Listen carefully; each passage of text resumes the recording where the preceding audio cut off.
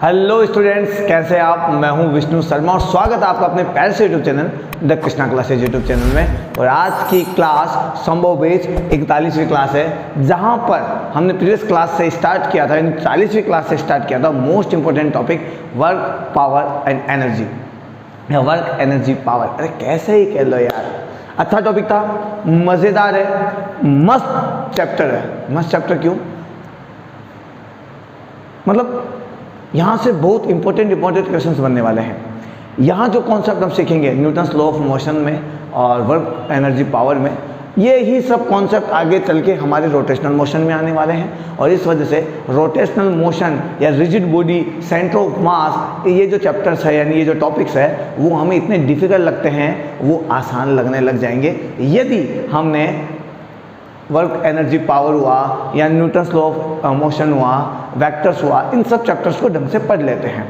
Otherwise ये तुम्हारा जो सेंटर ऑफ मास है, रोटेशनल मोशन है, ये इस टाइप के जो चैप्टर है ना, वो तुम्हें रुलाते ही रुलाते हैं। और यही 100% शाश्वत सत्य है, क्योंकि फिजिक्स में सबसे ज़्यादा डिफिकल्टीज किन्हीं चैप्टर्स में होती है। तो या तो हमें रोटेशनल मोशन में होती है या फिर कहीं जाकर वेव्स वाले चैप्टर्स में होती है। क्यों? क्योंकि यहाँ पर इमेजिनेशन हम ढंग से नहीं कर पाते हैं, सारे कॉन्सेप्ट क्लियर नहीं कर पाते हैं। वेव्स में तो चलो इमेजिनेशन का खेल है, कई बार हमें इमेजिनेशन होती भी नहीं है, क्योंकि इमेजिनेशन पावर हमारी इतनी तगड़ी है नहीं। जिसका क्रिएटिव माइंड हो फटाफट इमेजिनेशन कर लेता है और सवाल या जो भी वहाँ पर नमूना दिखाया जाता है उसको समझ पाता है।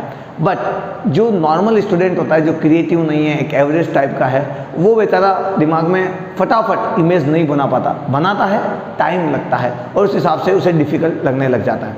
वैसे ही जो स्टूडेंट्स पुराने जो स्टार्टिंग चैप्टर्स होते हैं हमारे 11th क्लास के, जो हमने पढ़ लिया है, वेक्टर्स हुआ, उसके बाद में इक्वेशंस ऑफ मोशन हुई, लॉ ऑफ मोशन हुई, उसके बाद में मोमेंटम हुआ, सेंटर ऑफ मास तक पहुंचने से पहले वर्क, एनर्जी, पावर हुआ। ये सब चैप्टर जो ढंग से समझ लेता है, सारे कॉन्सेप्ट क्लियर कर लेता है, उसके लिए rotational motion, centre of mass, ये चैप्टर बड़े आसान हो जाते हैं। लेकिन जो पुराने चैप्टर्स को ढंग से नहीं पढ़ पाता है, यानी उसके कॉन्सेप्ट क्लियर नहीं हो पाते हैं, वो आगे जाकर centre of mass, rotational motion में पछताता है और उसे लगता है कि ये तो डिफिकल्ट चैप्टर है, फिजिक्स का डिफिकल्ट चैप्टर, मुझे तो ये छोड़ देना चाहिए। अरे भाई, एक्चुअली वो छोड़ने की चीज़ नहीं है। एक्चुअली तुम्हें अपना पिछला बेसिक यानी सेंटर ऑफ मास वाले चैप्टर से पहले तक जो उतने भी चैप्टर्स आप पढ़ते हैं उन सबको जानना जरूरी है। आप उस कमी को दूर करिए, उसके बाद देखिए कैसे हो जाएगी तुम्हारी लाइफ झिंगा लाला। आ गई मेरी बात समझ में? चलिए तो हमारे टॉपिक को स्टार्ट करते हैं। आज की क्लास में हम डिस्कस करने वाले हैं work done by various forces. ठीक है, अलग अलग जो फोर्सेस होते हैं हमने पढ़ा है, tension force, normal force, spring force, gravitational force, ये जितने भी फोर्स है, सेंट्रीपिटल फोर्स, इनसे वर्क डन यानी ये जो फोर्स वर्क डन करे तो वो उनका फॉर्मूला हम कैसे निकाल सकते हैं, उस टाइप के न्यूमेरिकल्स हम कैसे सॉल्व कर सकते हैं। साथ में हम पढ़ने वाले हैं काइनेटिक एनर्जी और उसके बाद में हम पढ़ने वाले हैं कंजर्वेटिव फोर्स और नॉन कंजर्वेटिव फोर्स। ये तो नॉर्मल टॉपिक है, अधिकतर लोग इस चीज़ के बारे में जानते भी है, मोस्ट इंपॉर्टेंट टॉपिक है ये तो। ठीक है, तो करें शुरुआत आगे। चलिए तो देखिए, कल हम पढ़ रहे थे कि जो वर्क डन होता है भाई, वो इंटीग्रेशन की फॉर्म में इस टाइप से लिखा जाता है, integration F dot D x. ठीक है, वेक्टर फॉर्म में, क्योंकि उस कंडीशन में फोर्स अपना मैग्नीट्यूड या डायरेक्शन या दोनों एक साथ बदल सकता है। ठीक है, यही बात हम कर रहे थे। चलिए, तब हमने एक बात पे और करना बाकी था जो आज की क्लास में हम कर लेते हैं कि यदि कभी ग्राफिकल मेथड की बात आ जाए, कभी ग्राफिकल मेथड की बात आ जाए, यानी ग्राफ दिया हुआ रहे और हमें वर्क डन पूछ लिया जाए, फोर्स और डिस्प्लेसमेंट का ग्राफ अलग अलग पॉइंट्स के हिसाब से दिया हुआ रहे और तब वर्क डन मुझे पूछ लिया जाए, तो हम क्या करेंगे? तो यहाँ पर देखो, इंटीग्रेशन का मतलब होता है एरिया।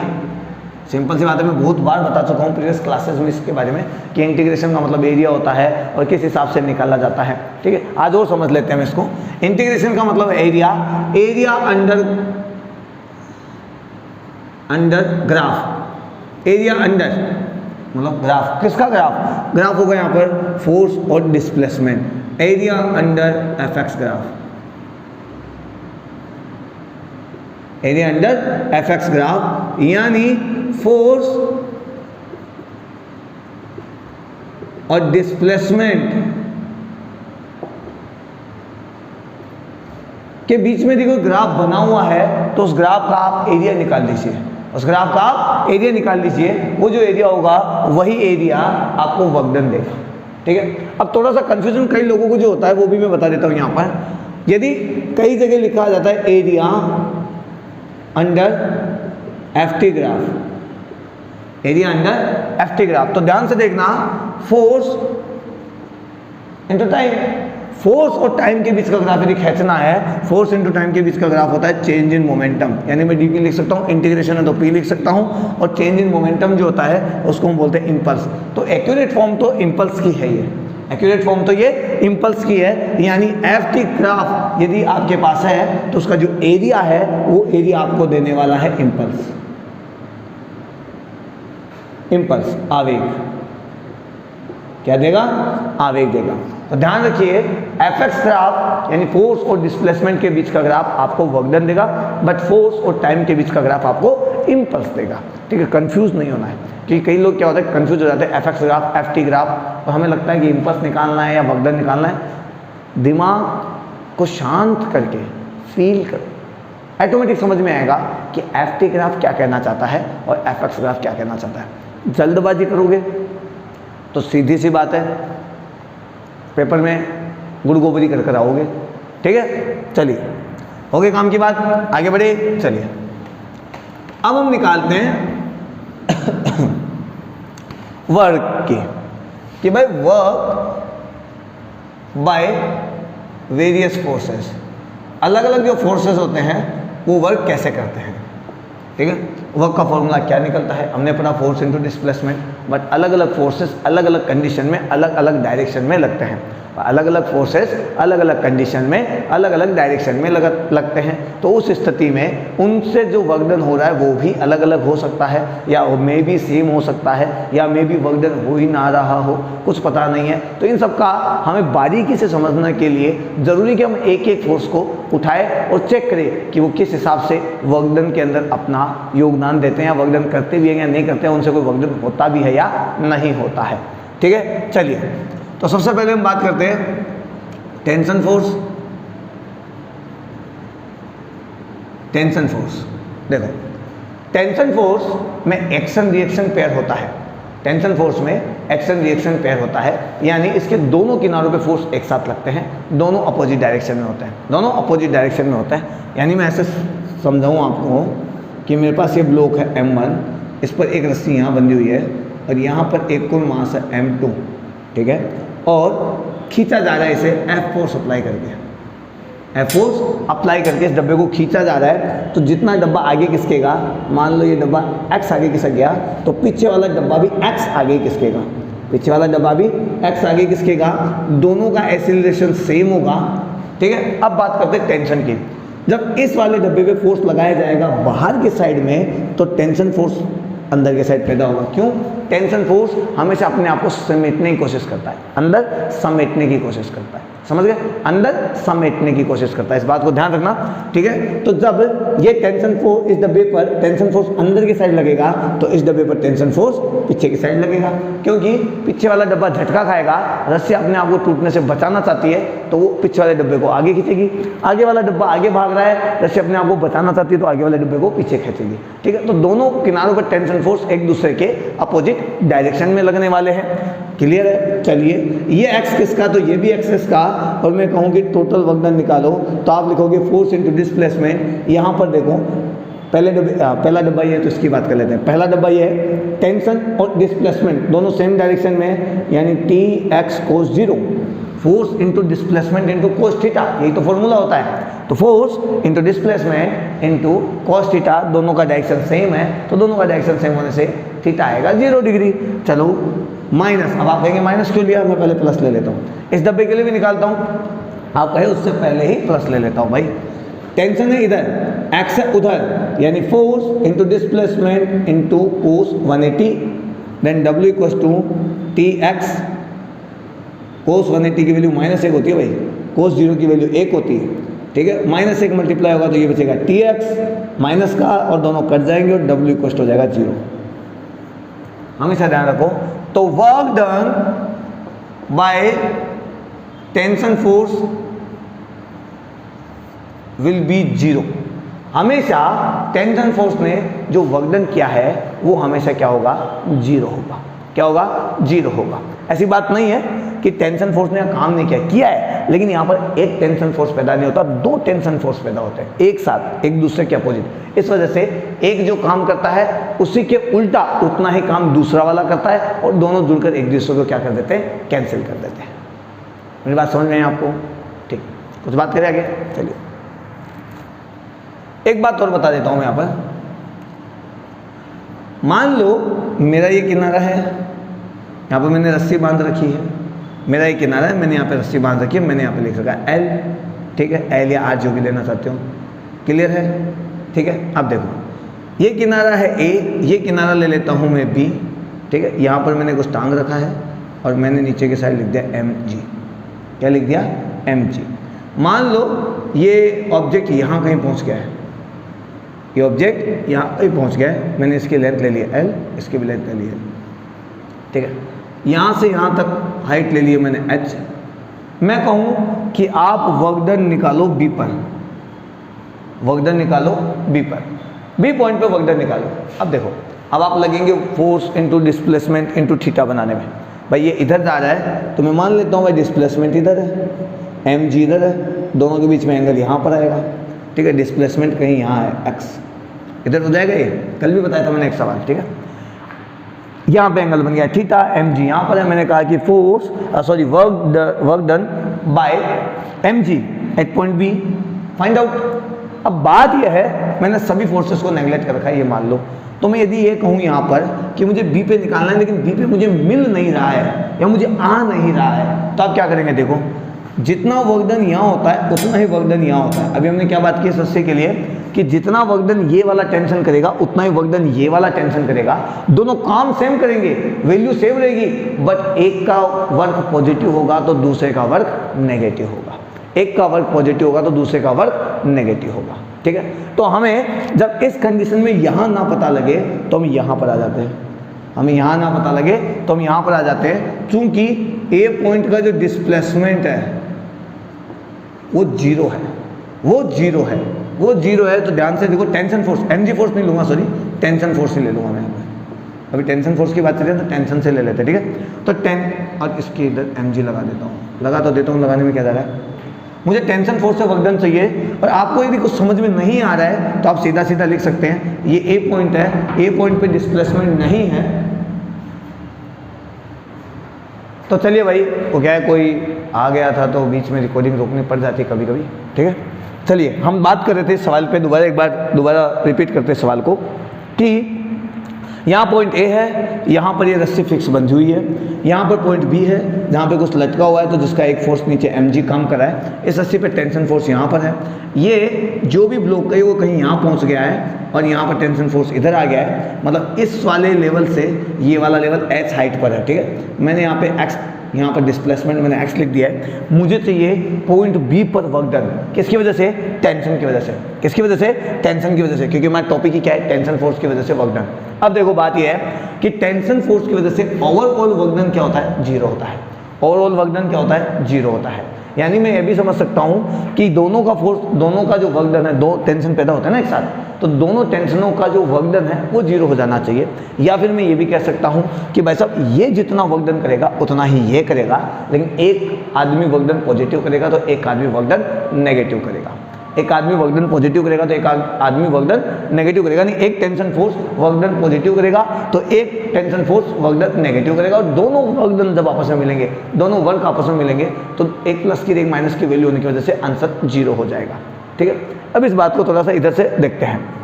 इसका मतलब ये हुआ कि जो आपका वर्क डन पॉइंट ए पर होने वाला है टेंशन फोर्स की वजह से, अरे भाई इधर टेंशन इधर हो जाएगा, साथ में जो टेंशन फोर्स की वजह से पॉइंट बी पे वर्क डन होने वाला है वो दोनों मिलकर हो जाएंगे जीरो, और मैं लिख सकता हूँ work done at point A equal to minus work done at point B. अब बात यह है कि हमें नहीं पता है एंगल वेंगल, हमारा दिमाग घुमा पड़ा है ऐसे करके। मैंने देखो पहले सवाल बताया था तो मैं mg के साथ थीटा ही बता दिया था, बट बाद में ध्यान दिया कि टेंशन फोर्स के ऊपर लेके चल रहे हैं तो न्यूमेरिकल को मैंने थोड़ा सा घुमा दिया, ठीक है। अब तुम यहाँ थीटा वीटा निकालने बैठोगे, इन सबसे बेटर एक चीज़ है, ध्यान दो, हमें पता है कि हमें पॉइंट बी पे निकाला नहीं जाना आता, हमें हमें यहाँ से निकालना नहीं आता, हम कंफ्यूज हो रहे हैं। तो इसका दूसरा वाला एंड पकड़ लो भाई, दूसरा वाला एंड पकड़ोगे और यहाँ पर देखोगे तो भाई ये वाला जो पॉइंट है वो तो फिक्स है, उसका डिस्प्लेसमेंट तो जीरो है, डिस्प्लेसमेंट जीरो है तो वर्क डन पॉइंट ए भी जीरो होगा, वर्क डन एट पॉइंट ए भी जीरो होगा। पॉइंट ए पे कोई कार्य नहीं होने वाला, और कार्य कोई नहीं होने वाला तो जो बी पर होने वाला कार्य है वो ए पर होने वाले कार्य का उल्टा है, तो बी पर भी कार्य कितना होगा, जीरो होगा, बी पर भी कार्य कितना होगा, जीरो होगा। जब कार्य जीरो है, जब कार्य जीरो है इसका मतलब ये वाला टेंशन फोर्स और ये वाला टेंशन फोर्स मिलके वर्क डन जीरो बना रहे हैं। चूंकि ये जीरो काम कर रहा है तो ये भी काम क्या कर रहा है, जीरो कर रहा है। जब वर्क हो ही नहीं रहा तो ये वाला जो ब्लॉक है या जो भी आपकी बॉडी है, ये बॉडी ऐसे पाथ पर मूव करेगी जहां वर्क डन जीरो आता है, और वो पाथ सर्कुलर पाथ होता है। हमने बात की थी सेंट्रीपिटल फोर्स की, जो हमने प्रीवियस क्लास में बात की है कि सेंट्रीपिटल फोर्स वर्क डन हमेशा जीरो करता है, और इस स्थिति में ये tension force as a centripetal force काम करेगा और वर्क डन जीरो होने की वजह से ये ऑब्जेक्ट सर्कुलर पाथ पर घूमना चालू करेगा। ठीक है, तो कभी कभी आपसे सवाल इस तरीके से पूछे जा सकते हैं जहां पर एक साइड आपको रस्सी बंधी हुई दे सकती है, दूसरी साइड ब्लॉक के साथ रस्सी को बांधकर उस किनारे को मूव करवाया जा सकता है। आपको कभी थीटा पकड़ में नहीं आएगा, आपको कभी डिस्प्लेसमेंट नहीं पता लगेगा, आपको कभी टेंशन का डायरेक्शन नहीं पता लगेगा, तो कंफ्यूज होने की जरूरत नहीं है। आप पहले एंड को छोड़ दो, दूसरे एंड वाले पे फोकस करो। जब आप दूसरे एंड को देखोगे तो वहां पर डिस्प्लेसमेंट जीरो हो रहा होगा, क्योंकि रस्सी किसी एक किनारे पर तो फिक्स बंधी होगी। बस जितने यहाँ पर जीरो है तो यहाँ पर भी जीरो है, ज़्यादा दिमाग लगाने की जरूरत नहीं, फटाक से आंसर देना है। ठीक है, ये बात ध्यान रखना, क्लियर है। चलो आगे बढ़ते हैं भाई। अरे मैं वीडियो तो देख लूँ चल रहा है कि नहीं चल रहा, चल रहा है भाई, चल रहा है। क्या होता है, कई बार कोई कॉल आ जाता है या कोई मैसेज आ जाता है, कभी कभी बैटरी लो हो जाती है, कभी कभी स्पेस फुल हो जाता है फ़ोन का, तो उस स्थिति में, उस सिचुएशन में हमारा खुद का वर्क डन जीरो हो जाता है भाई। ठीक है, और जब हमारा वर्क डन जीरो हो जाता है यानी रिकॉर्डिंग ही नहीं होती, तो किए कराए काम पर पानी फिर जाता है, फिर गुस्सा आता है, फिर दिमाग खराब हो जाता है, फिर मन नहीं करता क्लास लेने का। ठीक है, इसलिए बार बार देखना पड़ जाता है। आप तो समझदार हो। ठीक है, चलिए अब हम बात करें work done by normal force, work done by normal force. ठीक है, नॉर्मल फोर्स की बात करें तो ध्यान से देखना, नॉर्मल फोर्स कब पैदा होता है, जब दो सरफेस आपस में कांटेक्ट में आते हैं तो नॉर्मल फोर्स पैदा होता है। मैं पानी पी रहा, गला बड़ा सूख रहा है।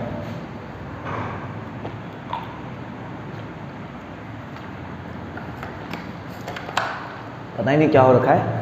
ठीक है, तो चलिए, जब इस ब्लॉक को इस सरफेस पर रख दिया जाए तो दोनों सरफेस, इस ब्लॉक का और ये वाला सरफेस आपस में कांटेक्ट में आएंगे, और जब दो सरफेस कांटेक्ट में आते हैं तो उनके बीच में दूर खिसकाने वाला यानी दोनों सरफेसों को दूर करने के लिए फोर्स लगने लग जाता है, जिसे हम कहते हैं नॉर्मल फोर्स। ठीक है, तो ये ब्लॉक है, ये ब्लॉक इस सरफेस पर नॉर्मल फोर्स लगाएगा, और ये जो सरफेस है वो उस ब्लॉक के ऊपर नॉर्मल फोर्स लगाएगा।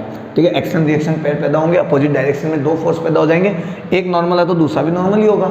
ठीक है, क्योंकि एक्शन रिएक्शन फोर्स में जो नेचर ऑफ फोर्स होता है वो सेम रहता है, यानी बलों की प्रकृति सेम रहती है। आपने ग्रेविटेशन फोर्स लगाया तो ग्रेविटी वाला ही फोर्स लगेगा। क्या ही हो रहा है, आपने टेंशन फोर्स लगाया तो टेंशन फोर्स ही लगेगा। ऐसा नहीं है आपने लगाया था टेंशन फोर्स, निकल के आ गया नॉर्मल फोर्स। ना ना ना ना ना, बहुत सारे बच्चे कंफ्यूज हो जाते हैं। इस चक्कर में जब मैंने न्यूटन्स लॉ ऑफ मोशन पढ़ाया आपको, वहाँ पर जब मैंने एक्शन रिएक्शन फोर्स वाले पेयर्स को समझाने की कोशिश की तो वहाँ पे मैंने पूरी चीज़ बताई थी कि mg फोर्स के साथ एक्शन रिएक्शन फोर्स कौन सा पैदा होता है, नॉर्मल के साथ एक्शन रिएक्शन फोर्स कौन सा पैदा होता है, और हम क्या समझते हैं। ठीक है, चलिए अब देखो, मान लो इस डब्बे को मैंने x डिस्टेंस किसका दिया, इस डब्बे को मैंने x डिस्टेंस किसका दिया, डिस्प्लेसमेंट मान लो x आ गया, तो मैं कहूँगी पहला वाला नॉर्मल, ये जो ब्लॉक वाला है नॉर्मल। ठीक है, इसके लिए बात करें तो वर्क डन क्या होगा, फोर्स इनटू डिस्प्लेसमेंट। फोर्स नीचे की ओर है, डिस्प्लेसमेंट इधर की ओर है, यानी x इनटू cos 90। फिर ये वाला जो नॉर्मल है भाई, ये वाले इस सरफेस में इस ब्लॉक के ऊपर नॉर्मल लगाया है। ठीक है, तो सरफेस वाला जो नॉर्मल है उसका वर्क डन कितना होगा, normal force into displacement into again cos 90, और cos 90 जीरो होता है वैसा, ये लो, तो total work done by normal force will also be zero, will also be zero. ठीक है, समझ में आया, क्लियर है। चलिए आगे बात करते हैं। यदि इंक्लाइन प्लेन होता आपके पास, यदि इंक्लाइन प्लेन होता तो क्या होता? इंक्लाइन प्लेन है लेकिन ये वाला प्लेन फिक्स है, इंक्लाइन प्लेन है लेकिन ये वाला जो डब्बा है वो फिक्स है, उसके ऊपर एक डब्बा पड़ा हुआ है यहाँ पर एम, ठीक है, कोई फिक्शन नहीं है, कोई कुछ नहीं है, यहाँ पर केवल हम जिक्र करने वाले हैं नॉर्मल फोर्स की। तो मैं एम लिख देता हूँ यहाँ पर। इस वाले डब्बे ने इस सरफेस पे नॉर्मल फोर्स लगाया नीचे की तरफ, और ये वाला जो सरफेस है वो इस डब्बे के ऊपर फोर्स लगाएगा ऊपर की तरफ, और इनका डिस्प्लेसमेंट जो होगा वो होगा इधर की तरफ। और उस स्थिति में भी देखा जाए तो यहाँ पर एंगल बनेगा 90, यानी इस डब्बे में जो नॉर्मल फोर्स लगाया है उसका वर्क डन भी आएगा एन एक्स कोस 90 प्लस इस जो सरफेस ने डब्बे के ऊपर जो नॉर्मल फोर्स लगा दिया, यानी एन एक्स अगेन कोस 90। कैसे हुआ?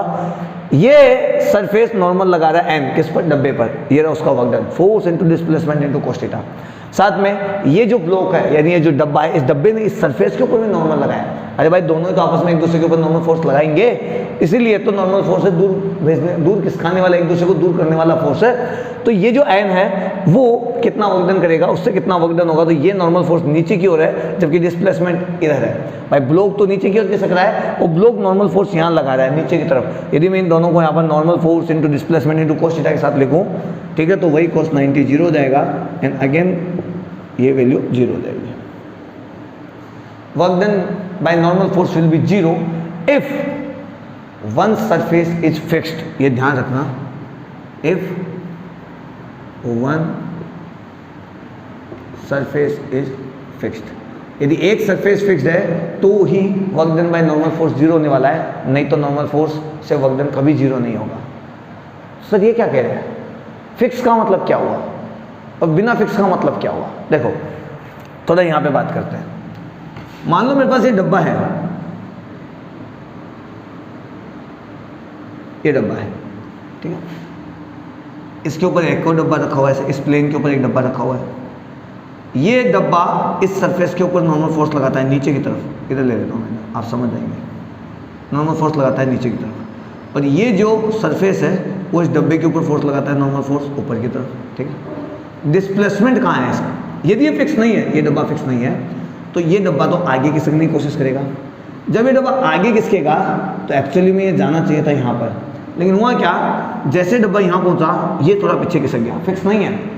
जैसे ही यहाँ पहुँचा ये थोड़ा और पीछे खिसक गया, यानी ये जैसे ही नीचे की ओर खिसका ये डब्बा पीछे की ओर खिसका, ये आगे की ओर खिसका, ये पीछे की ओर खिसका, ये आगे की ओर खिसका, ये पीछे की ओर खिसका। यानी इसमें टोटल एनर्जी जो है एक तरीके से कंजर्व नहीं है। टोटल नॉर्मल फोर्स ने इसकी एनर्जी से खिलवाड़ करके पूरी एनर्जी इसमें नहीं रखी, कुछ एनर्जी इसमें भी ट्रांसफर करी। किसमें? इसमें। जब इसमें एनर्जी आई तभी तो ये पीछे किसका। तो हमेशा ध्यान रखो कि उस स्थिति में जब वेज कंस्ट्रेंट कह सकते हैं अपन इसको, यहाँ पर दोनों ब्लॉक फिक्स नहीं है, एक नीचे की ओर आ रहा है तो इसकी वजह से दूसरा पीछे की ओर आ रहा है, तो ये जो डिस्प्लेसमेंट यहाँ होना चाहिए था वो एक्चुअली कहीं यहाँ जाके होगा, यानी यहाँ पर, यहाँ पहुँचेगा। भाई डब्बा कहीं यहाँ पहुँचता, मैं मान लेता हूँ, कैसे लिखो इसको, ये डब्बा कहीं यहाँ जाके यहाँ ऐसे बनता है, ऐसे गिरता, अभी डब्बा कहीं यहाँ जाके यहाँ गिरेगा और यहाँ बन जाएगा। आप कहेंगे सर ऐसा क्यों हुआ? क्योंकि ये वाला पीछे खिसक गया है। जब ये वाला पीछे खिसका है तो यहाँ पर देखो ध्यान से, ये मैं ऐसे ले लेता हूँ, ये तुम्हारा डिस्प्लेसमेंट का डायरेक्शन हो गया, ठीक है। अब ये नॉर्मल फोर्स ब्लॉक पर काम कर रहा है, तो work done on block, wedge लिख देता हूँ, है ना, वर्क डन ऑन वेज, तो नॉर्मल फोर्स काम कर रहा है यहाँ पर। ये तुम्हारा जो डिस्प्लेसमेंट है वो है यहाँ पर, होना इधर चाहिए था लेकिन आ गया इधर। एंगल जो है वो बन गया थीटा, और जो एंगल थीटा है वो 90 से कम है, और इस हिसाब से वर्क डन होगा positive. Work done on veg will be positive. लेकिन यहाँ पर देखो, इस डब्बे पर जो नॉर्मल फोर्स लग रहा है वो ऊपर की तरफ लग रहा है, ठीक है, और तुम्हारा जो डिस्प्लेसमेंट है वो इधर है, और एंगल बनेगा इधर जो कि 90 से ज़्यादा है, ठीक है। ये वाला जो एंगल है वो 90 से कम है, और ये वाला जो एंगल है वो 90 से ज़्यादा है, और उस स्थिति में W on block, BLOCK block, ये होगा नेगेटिव। नेगेटिव वर्क डन हुआ है ब्लॉक पर, यानी इस ब्लॉक की एनर्जी कम हो गई है। इस ब्लॉक की एनर्जी कम हुई है, वर्क डन नेगेटिव होने का मतलब एनर्जी कम हुई है। यदि इसकी एनर्जी कम हुई तो एनर्जी मिली कहीं किसको, गई कहाँ पर, इसकी एनर्जी कुछ इस डब्बे को दे दी गई है, जिसकी वजह से डब्बा पीछे की ओर खिसक गया है। समझ गए मेरी बात? तो इन चीज़ों पे थोड़ा सा ध्यान देना बहुत काम की चीज़ है, ठीक है। नॉर्मल फोर्स का खेल भी यहाँ पर कंप्लीट हो चुका है। अब हम बात करते हैं स्प्रिंग फोर्स। स्प्रिंग फोर्स की बात करते हैं। चलो, स्प्रिंग फोर्स, भाई ये आपकी एक स्प्रिंग है, ये डब्बा है, ये नॉर्मल पोजीशन में पड़ा हुआ है। आपने इस डब्बे को आगे की ओर खींच दिया, एफ, यहाँ पर एक्स आ गया, ये आपका एफ एक्सटर्नल है। आपने बाहर से फोर्स लगा के इसको खींचा है। जब आप इसे बाहर से फोर्स लगा खींचते हैं तो स्प्रिंग अपने आप को अंदर की ओर खींचती है। स्प्रिंग फोर्स, स्प्रिंग अपने आप को अंदर की ओर खींचती है। And then we can say that F is equal to force into displacement, dx लिख देता हूँ, है ना, फोर्स इनटू डिस्प्लेसमेंट। मैं dx ले लेता हूँ, x के बजाय क्या ले लेता हूँ, अच्छा ये तो x बोल रहा है, dx बोल रहे हैं। x डिस्प्लेसमेंट मैक्सिमम डिस्प्लेसमेंट है, थोड़ा सा किसका हो गया, आपने dx डिस्टेंस तक किसका दिया, तो f dx कोस थीटा। अब यहाँ पर देखो spring force, work done by spring force, spring force इधर है, x इधर है, या dx समझ लो, ठीक है। तो यहाँ पर कोस बनेगा 180 and we can say that w equal to cos 180 की वैल्यू क्या होती है भाई साहब, cos 180 की वैल्यू होती है माइनस का 1, हम यहाँ पर लिखेंगे F dx। Then we can say that w, आप एक्सटर्नल फोर्स से निकालना चाहते हो वर्क डन, एक्सटर्नल से निकाल लो, कोई प्रॉब्लम नहीं है, ठीक है। घर की कहानी है। स्प्रिंग फोर्स की जगह एक्सटर्नल फोर्स लेके देख लेते हो, कहीं नहीं जा रहा हमारा। चलो थोड़ा सा देख लेते हैं इसको भी, दोबारा करते हैं start. Work done is equal to work done by spring force, work done by spring force, work done by spring force equal होता है force into displacement, force into displacement into cos theta, into cos theta, सीधा सीधा सा सवाल है। Then W equal to, then W equal to, देखिए भाई हम यहाँ पर बात करें एक्सटर्नल फोर्स की, तो एक्सटर्नल फोर्स या स्प्रिंग फोर्स सेम ही होते हैं, बस अपोजिट डायरेक्शन में होते हैं। हम जितना लगाते हैं, स्प्रिंग भी अपने आप को एक लिमिट तक उतना ही लगाने की कोशिश करता है, तो वैल्यू होती है kx। लेकिन ये जो कोस थीटा है ये होता है कोस 180। जब कोस 180 होता है तो W इक्वल टू हम लिख लेते हैं kx, मैंने फोर्स की वैल्यू लिखी, साथ में मैंने लिखा dx, कोस 180 की वैल्यू माइनस का 1 है, तो मैंने यहाँ पे माइनस भी लिख दिया है। And W equal to minus k, integration करोगे आपके पास हो जाएगा x²/2। अब दिक्कत क्या है, हमारी इनिशियल पोजीशन से फाइनल पोजीशन तक हमें लिमिट लगानी पड़ेगी। And then we can say that W equal to minus k/2 बाहर आ जाएगा, k final minus k initial का square, k final minus k initial का स्क्वायर, ये आपका टोटल वर्क डन हो जाएगा, ये आपका टोटल वर्क डन हो जाएगा। जब आप इसे बाहर की ओर खींच रहे हैं तो आपका वर्क डन जो हो रहा है वो नेगेटिव हो रहा है, सही बात है। तो यदि आप इसे अंदर की तरफ खींचेंगे, अंदर की तरफ, तो उस कंडीशन में आपका जो वर्क डन हो जाएगा वो आपका हो जाएगा पॉजिटिव, वर्क डन आपका हो जाएगा पॉजिटिव। फिलहाल x बाहर की ओर है तो वर्क डन नेगेटिव, x यदि अंदर की ओर है तो वर्क डन आपका पॉजिटिव। क्लियर सी बात है, आगे बात करते हैं। ये डब्बा यहाँ से खिसक कर वापस आ गया है, यहाँ से खिसक कर वापस आ गया है, तो मैं यहाँ पर लिमिट दोबारा लगा देता हूँ, माइनस का kx²/2, ठीक है, माइनस का kx²/2 और xi से xi तक इनिशियल पोजीशन। ये डब्बा पहले यहाँ तक खींचा गया, अगेन यहाँ पर आ गया, यानी क्लोज लूप, मैं यहाँ पे लिख देता हूँ क्लोज लूप, ठीक है। और क्लोज लूप का मतलब होता है जिस पोजीशन से आप चलते हैं घूम फिर कर वापस वहीं पर आ जाते हैं, जिस पोजीशन से आप चलते हैं घूम फिर कर आप वहीं पर आ जाते हैं, जिस पोजीशन से आप चलते हैं घूम फिर कर आप वापस उसी पोजीशन पे आ जाते हैं। और उसके कारण जब आप लिमिट xi से xi लगाते हो, यानी इनिशियल पोजीशन भी आपकी xi है, फाइनल पोजीशन भी आपकी xi है, माइनस को बाहर निकाल दो, आप यहाँ पे लिखोगे xi का स्क्वायर माइनस xi का स्क्वायर, और इन दोनों को काटोगे, then work done will be 0। For close loop work done 0 होता है, इसका मतलब ये कंजर्वेटिव फोर्सेस होते हैं, ये कंजर्वेटिव फोर्सेस होते हैं, यानी सबमर्सिबल होते हैं। अब इसके बारे में हम आगे बात करेंगे, conservative force, non conservative force, ये सब। फिलहाल मैंने यहाँ पे आपको क्या हुआ भाई, गला सूख गया, एक मिनट। फिलहाल मैंने आपको यहाँ पर बता दिया है। टेंशन मतलब स्प्रिंग फोर्स थोड़ा सा कंफ्यूज भी करता है, इसलिए मैंने स्प्रिंग फोर्स के बारे में पहले जहाँ हम फोर्सेस पढ़ रहे थे ऐसे जस्ट प्रीवियस चैप्टर में वहाँ पर हमने बात की। अब हम यहाँ पर बात करें, आगे भी बात करेंगे पोटेंशियल एनर्जी में, जहाँ आपके सारे डाउट्स क्लियर हो जाएंगे। ठीक है, तो घबराना नहीं है, बट इन बातों को ध्यान रखना है। ठीक है, कई बार हम सोचते हैं सर आपने स्प्रिंग फोर्स लिया है, स्प्रिंग फोर्स तो kx होता है, कई जगह kx लिखा हुआ है, कई जगह -kx लिखा हुआ है, ये ऐसा क्यों? क्योंकि स्प्रिंग फोर्स डिस्प्लेसमेंट के उल्टा पैदा होता है, क्योंकि स्प्रिंग फोर्स रीस्टोरिंग फोर्स है, प्रत्यानयन बल है, जो कि स्प्रिंग को वापस अपनी इनिशियल पोजीशन में लाने की कोशिश करता है। इसलिए हम इसका फॉर्मूला kx के बजाय -kx लिख देते हैं। अगर मेरी बात समझे, kx के बजाय -kx लिख देते हैं। और यदि आप यहाँ पर ग्राफ बनाएं, आप यहाँ पर ग्राफ बनाएं ध्यान से, फोर्स इनटू डिस्प्लेसमेंट ग्राफ, तो ध्यान से देखना, स्प्रिंग फोर्स की बात कर रहा हूँ, स्प्रिंग फोर्स की बात कर रहा हूँ। ठीक है, जब x की वैल्यू पॉजिटिव होती है तो फोर्स की वैल्यू नेगेटिव होती है।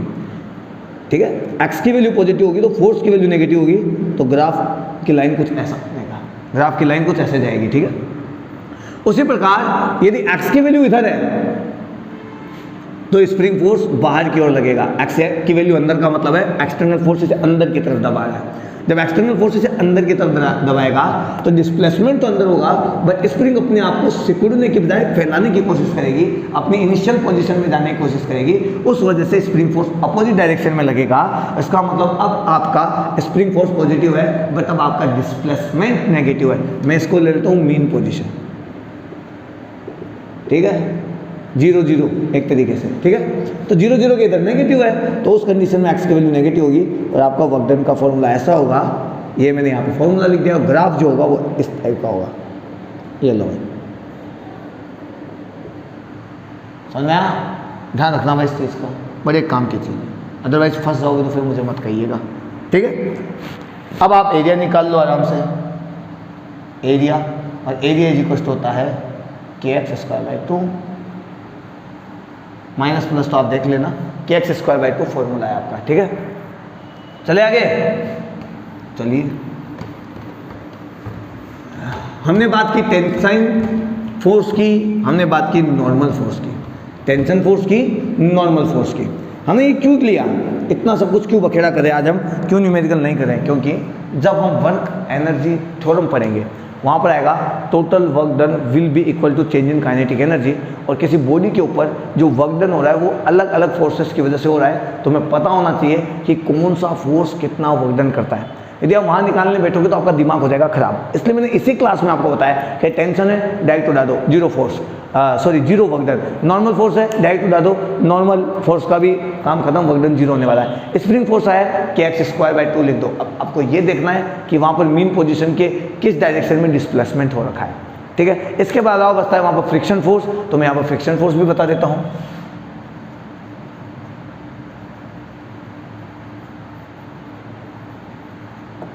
Work done by friction force. Friction force का खेला कुछ ऐसा है, ये दो टाइप के होते हैं, स्टैटिक एंड काइनेटिक, स्टैटिक और गतिक। अब प्रॉब्लम यह है कि स्टैटिक फ्रिक्शन क्या काम करता है, कितना काम करता है। तो देखो, स्टैटिक फ्रिक्शन की बात करें, मान लो ये यहाँ पर एक आदमी, हमने उस दिन भी बात की थी, आज फिर बात कर रहा हूँ मैं। एक आदमी है ये जा रहा है, इसका एक पाँव यहाँ रखा हुआ है ज़मीन पर और एक पाँव कहीं यहाँ उठा हुआ है, ऐसे करके, ऐसा। ठीक है, ये कदम रखने की कोशिश कर रहा है।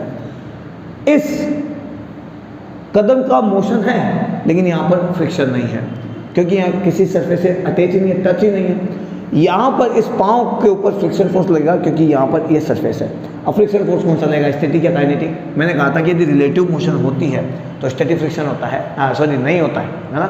यदि रिलेटिव मोशन होती है तो स्टैटिक फ्रिक्शन नहीं होता, काइनेटिक फ्रिक्शन होता है। लेकिन यदि रिलेटिव मोशन नहीं है, दो सरफेस के बीच में रिलेटिव मोशन नहीं है, आपेक्षिक गति नहीं है, तो वहाँ पर स्टैटिक फ्रिक्शन होगा। और स्टैटिक फ्रिक्शन का काम फिसलने से बचाना है, फिसलने से बचाना है। तो इस आदमी को यदि हम ऐसे कह दें कि यदि ये फिसलेगा तो ये आदमी का पाँव पीछे की ओर आएगा, तो इस पर जो स्टैटिक फ्रिक्शन लगेगा वो लगेगा आगे की ओर, ताकि यहाँ पर रहे, फिसले ना। ठीक है। चलिए, आदमी के ऊपर फ्रिक्शन आगे की ओर लगेगा तो सरफेस के ऊपर फ्रिक्शन पीछे की ओर लगेगा, ठीक है। मैं इस कांटेक्ट जो इन दोनों के बीच में कॉमन पॉइंट है ना, कांटेक्ट पॉइंट, उसकी बात करता हूँ। क्या इस कांटेक्ट पॉइंट के ऊपर जो फ्रिक्शन फोर्स लग रहा है, जो एक आगे एक पीछे लग रहा है, ठीक है, इसका एक हिस्सा इस तरह वाले एरिया में आता है, एक हिस्सा उधर वाले एरिया में आता है। जो आदमी के साइड वाला एरिया उसमें फ्रिक्शन फोर्स आगे की साइड है, पीछे वाले में पीछे की साइड है, सिंपल सी बात है। नीचे वाले में पीछे की साइड है। ये तो एक्शन रिएक्शन पेयर हो गया यार, सिंपल सी बात है। यदि तुम ये नहीं चाहते हो तो ऐसा ले लो, ठीक है। आगे देखो, मान लो इस पॉइंट से टच हो रहा है और यहाँ पर इस जूते के ऊपर फ्रिक्शन फोर्स आगे की ओर लग रहा है, लेकिन क्या इस पॉइंट का जो कि कॉमन पॉइंट है, जो कि कांटेक्ट में है, क्या इसका कोई डिस्प्लेसमेंट है? ये भी मायने रखता है। ये पॉइंट यहां पर रुका हुआ है, यहां पर कोई रिलेटिव मोशन नहीं होने वाली, नो रिलेटिव डिस्प्लेसमेंट। क्यों नहीं होने वाली? क्योंकि स्टैटिक फ्रिक्शन है। स्टैटिक फ्रिक्शन का काम रिलेटिव मोशन नहीं होने देना ही होता है, ठीक है। और इस वजह से यहाँ पर इस पॉइंट का मैंने प्रीवियस क्लास में बताया था, जब मैं फ्रिक्शन पढ़ा रहा था तब भी मैंने आपको कहा था कि आप फ्रिक्शन के बारे में ढंग से जान ले कि होल बॉडी की बात की जा रही है या कांटेक्ट वाले पॉइंट की बात की जाती है। हम सोचते हैं पूरी बॉडी, नहीं, जो पॉइंट्स आपस में टच है, जो कांटेक्ट पॉइंट्स होते हैं, हम केवल उनके मोशन की बात करते हैं, ठीक है। और यहाँ पर डिस्प्लेसमेंट जो है वो जीरो है, इस वजह से स्टैटिक है ना, यानी स्टैटिक फ्रिक्शन की वजह से टोटल वर्क डन जो आएगा वो हमेशा जीरो आएगा। टोटल वर्क डन क्या आएगा? जीरो आएगा, ठीक है। यदि स्टैटिक फ्रिक्शन की वजह से वर्क डन ही जीरो है तो नो हीट लॉस होगा, नो हीट प्रोड्यूस होगी, यानी हीट पैदा ही नहीं होगी। इसीलिए जब आदमी चलता है तो हीट नहीं पैदा होती, ठीक है। लेकिन जब काइनेटिक फ्रिक्शन होती है, यानी यहाँ पर रिलेटिव मोशन होगा,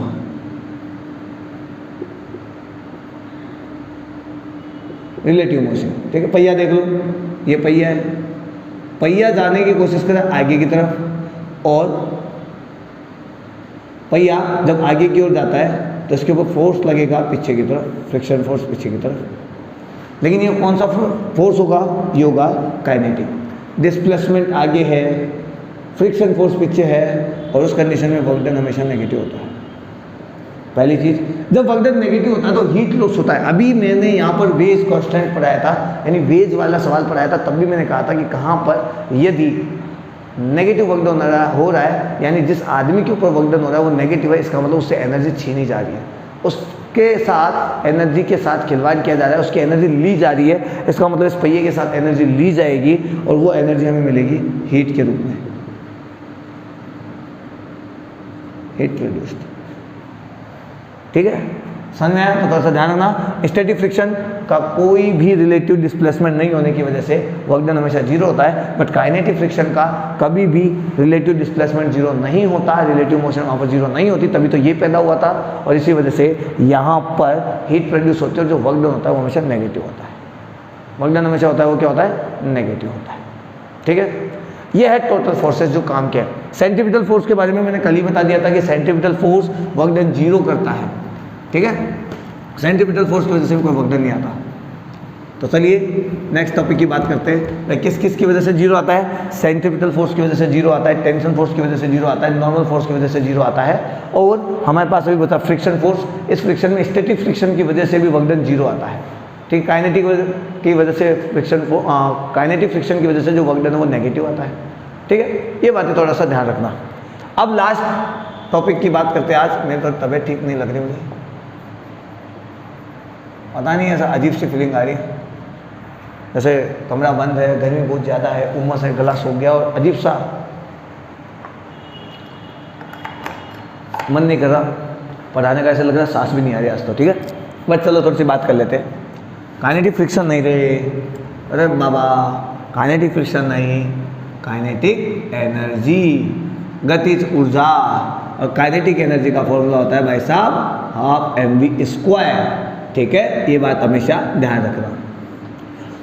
energy posed by a moving object, या ऐसे समझ लो कि कोई ऑब्जेक्ट मूव कंडीशन में और उसके पास जो एनर्जी है वही काइनेटिक एनर्जी है। काइनेटिक एनर्जी की वजह से वो ऑब्जेक्ट वर्क डन कर सकता है, यदि मैंने पत्थर को फेंका तो पत्थर के पास अभी वेलोसिटी है और वेग आते उसके पास काइनेटिक एनर्जी है, और जब तक वो वेलोसिटी में रहेगा उस कंडीशन में वर्क डन कर सकता है। तो यदि वो पत्थर किसी कांच पे लग जाता है तो कांच को तोड़ देता है। वो अलग बात है कि पत्थर का काम कांच तोड़ना नहीं था, लेकिन कांच ने वर्क डन किया और वर्क डन होने की वजह से कांच टूट गया। तो जैसे ही पत्थर ने वर्क डन किया, क्योंकि मूविंग कंडीशन में पत्थर है तो उसके पास एनर्जी काइनेटिक एनर्जी है, और वही काइनेटिक एनर्जी उसने कांच पर कार्य करने में खर्च कर दी और उस कार्य की वजह से कांच टूट गया। सिंपल सी बात है, ठीक है। तो इसका मतलब वर्क जो है वो काइनेटिक एनर्जी में कन्वर्ट हो सकता है, काइनेटिक एनर्जी वर्क डन में भी आ सकती है। या ऐसे समझ लो सिंपल सी बात, किसी भी ऑब्जेक्ट के ऊपर यदि आप वर्क कर रहे हो तो उसकी काइनेटिक एनर्जी चेंज होने वाली है। ये बात ध्यान रखो, काइनेटिक एनर्जी चेंज होने वाली है, ठीक है। थोड़ा सा आगे बात कर लेते हैं। यदि यहाँ पर मैं बोलूँ V कांस्टेंट है तो जो काइनेटिक एनर्जी होती है वो डायरेक्टली प्रोपोर्शनल होती है m के। यदि सेम वेग वाले हैं तो काइनेटिक एनर्जी आपकी k1/k2 इक्वल्स टू m1/m2 होगी। तो यदि वेग सेम है, वेग सेम है, ध्यान से देखना, वेग सेम है तो क्या हो, वेग सेम है और यदि m1 बड़ा है m2 से तो काइनेटिक एनर्जी भी बड़ी है 1 वाली 2 से। m1 बड़ा है m2 से तो काइनेटिक एनर्जी 1 भी बड़ी है काइनेटिक एनर्जी 2 से, ठीक है। लेकिन देखो k बराबर हाफ mv² तक तो ठीक था। यदि मैं मल्टीप्लाई कर दूँ m और m से तो kinetic energy equals to half m multiply होकर यहाँ पे m² बनाएगा, यहाँ v² बनाएगा, नीचे m बनेगा, and then kinetic energy equals to mv whole square divide by 2m। इसको तो मल्टीप्लाई कर देता हूँ तो ये बन जाएगा 2mk, यहाँ पर आ जाएगा mv का होल स्क्वायर और 2mk। अच्छा इधर ही रहने दो क्या, नीचे नीचे रहने दे विष्णु, नीचे ही रहने दे, नीचे रहने देता हूँ। काइनेटिक एनर्जी इक्वल्स टू ये बन जाएगा p²/2m, p²/2m। अब यहाँ पर बात करते हैं, यदि मास आपका सेम है तो काइनेटिक एनर्जी डायरेक्टली प्रोपोर्शनल होती है p² के। काइनेटिक एनर्जी डायरेक्टली प्रोपोर्शनल होती है p² के। यदि आप मोमेंटम डबल करते हो तो काइनेटिक एनर्जी 4 गुना हो जाएगी। यदि आप मोमेंटम डबल करते हो तो काइनेटिक एनर्जी 4 गुना हो जाएगी, ठीक है। लेकिन यदि आपका p कांस्टेंट है, मोमेंटम दोनों का सेम है तो काइनेटिक एनर्जी इनवर्सली प्रोपोर्शनल हो जाती है m के। तो काइनेटिक एनर्जी इनवर्सली प्रोपोर्शनल हो जाती है m के। तो काइनेटिक एनर्जी इनवर्सली प्रोपोर्शनल हो जाती है m के। आगे मेरी बात सुने, ये बातें आप ध्यान रखना, ठीक है। बड़े काम की चीज़ है, इंपॉर्टेंट चीज़ है, बहुत काम की चीज़ है, ठीक है। तो यहाँ पर मैं लिख सकता हूँ k1/k2 इक्वल्स टू m2/m1, ठीक है। तो मोमेंटम सेम होने पर काइनेटिक एनर्जी का रेशियो बदल जाता है, वेलोसिटी सेम होने पर काइनेटिक एनर्जी का रेशियो कुछ और आता है, ठीक है। हमें परसेंटेज चेंज पूछी जा सकती है काइनेटिक एनर्जी और पोटेंशियल एनर्जी में। तो मैं प्रीवियस क्लास में भी ऐसे 2-4 एग्जांपल पहले भी दे चुका हूँ कि आपको पता होगा 10% से कम हो तो आप सीधा सीधा यूज़ कीजिए एरर्स में जो यूज़ करते हैं वैसे। यदि 10% से ज़्यादा आपको दे रखा है चेंजेस और आपको निकालना है परसेंटेज चेंज करके, तो आप सीधा फॉर्मूला लगाएंगे चेंज इन काइनेटिक एनर्जी का, change in kinetic energy final minus kinetic energy initial, kinetic energy initial into so. सीधी सी बात है। ये कब लगाओगे, जब 10% से ज़्यादा हो। यदि 10% से ज़्यादा हो, लेकिन यदि 10% से कम है, 2%, 3% ऐसे, वेग 2% बदला है, 3% बदला है, तो आप सिंपली यूज़ कर सकते हो k equals to 2% of v। ये हम पहले ही पढ़ चुके हैं यार, क्या दिक्कत है। k equals to 2% of p, ये हम पहले ही पढ़ चुके हैं। कहाँ पे पढ़ चुके हैं, हम फर्स्ट चैप्टर में पढ़ चुके हैं, और मैंने वहाँ पे भी आपको क्लियरली डिसाइड करके डिस्कस करके सब कुछ समझाया था कि आप अपना डिसीजन ध्यान से ले कि आपको उस समय क्या डिसाइड करना है। 10% से ज़्यादा है तो कौन सा फॉर्मूला यूज़ करना है, और 10% से कम है तो आपको कौन सा फॉर्मूला यूज़ करना है, ठीक है। बड़े काम की चीज़ है। तो आज की क्लास इतनी होने वाली है। अच्छी लगे तो कमेंट करिएगा, कोई कमी लगे तो बताइएगा, क्योंकि आज थोड़ा सा आपको पता ही है तबीयत मेरी अजीब सी हो रही है। पता नहीं, जैसे क्लास चालू की थी तब तक तो ठीक था, बट अभी आवाज़ बैठे जा रही है और सांस ऐसा लग रहा है कि सांस आ नहीं रही है, गर्मी बहुत से लग रही है। तो आज की क्लास को हम यहीं पर स्टॉप करते हैं। बेमन की क्लास का कोई मतलब भी नहीं है यार, ठीक है। नेक्स्ट क्लास में हम बात करेंगे कुछ नए टॉपिक्स की, वर्क एनर्जी थ्योरम की, पोटेंशियल एनर्जी की, जो कि मोस्ट इंपॉर्टेंट टॉपिक है, और वहाँ पर हम बात करेंगे कंजर्वेटिव फोर्स और नॉन कंजर्वेटिव फोर्स की, ठीक है। तो नेक्स्ट क्लास मिस मत करिएगा, क्योंकि बहुत यानी वेरी वेरी वेरी इंपॉर्टेंट है, क्योंकि आपको पता है पोटेंशियल एनर्जी, स्प्रिंग की पोटेंशियल एनर्जी और मोशन करते हुए आदमी की potential energy, gravitation potential energy, मतलब बहुत कुछ होने वाला है वहाँ पर। तो आप बहुत कुछ मिस कर दोगे, और सवाल आपको पता है कि हमेशा आता है, ठीक है। तो चलिए दीजिए आज्ञा, जब तक के लिए जय हिंद जय भारत।